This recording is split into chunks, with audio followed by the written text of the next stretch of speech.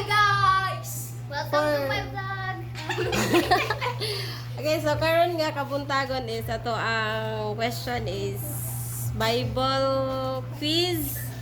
Basic ra ni para sa mga bata. So unang pangutana. Kinsa ang nagbuhat sa kalibutan? Ang ang Panginoon. Correct. Next. Unsa ang kinaunahan nga gibuhat sa Ginoo? No, wrong. O, sunod. Unsa? Kahayan. Yes, light.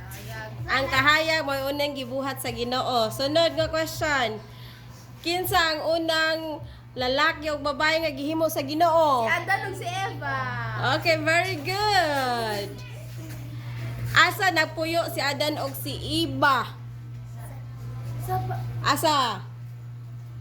Asa ang unang Pinoy-ana ni Adan ug ni Eva? Pangan ni si Lugar, pangan sa lugar. 1 2 3 Ha? Asa?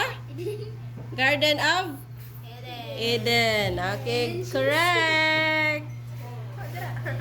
So, kinsay nagbuhat sa arka? Si Noah. Very good.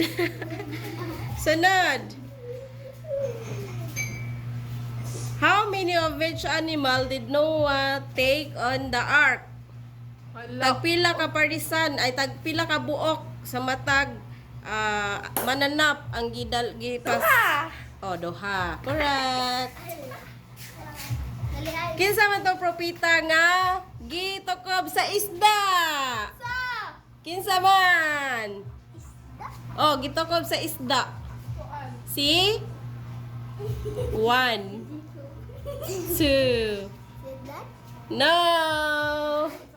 Sige.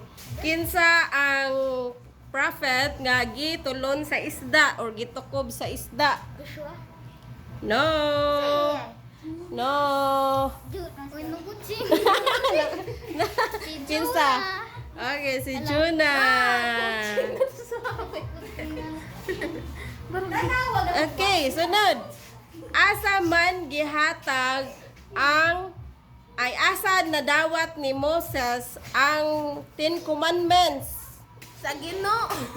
Asa niya dapita nga lugar nadawat ang na-receive ang 10 commandments? Sa Jerusalem. wrong. Asa nga lugar? Asa nga lugar? Asa nga lugar na dawat ni Moses or ni Moises ang 10 commandments?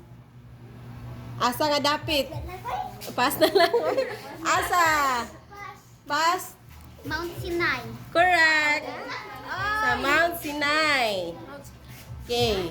New Testament na ta. Asa nga lugar or asa nga city si Jesus na tao? Jerusalem. Wrong! Jerusalem na Asa nga lugar na tao si Jesus?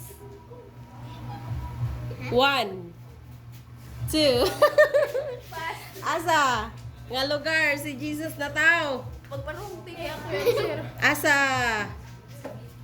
Sa? Sa? Sa? O sa? Bethlehem. Okay. Kinsa ang mama ni Jesus? Mary. Si Mary, correct. Mary, Kinsa ang disipulo ni Jesus nga nilakaw sa tubig? Si Kuan. 1 Wrong. Si Pin. Kinsa ang disciple ni Jesus nga nilakaw sa tubig? 1 2 Nandugay. 3 4 5 Kinsa? Oh, si Pedro. Correct, si Pedro. Ay, minaw nagkasa kuan.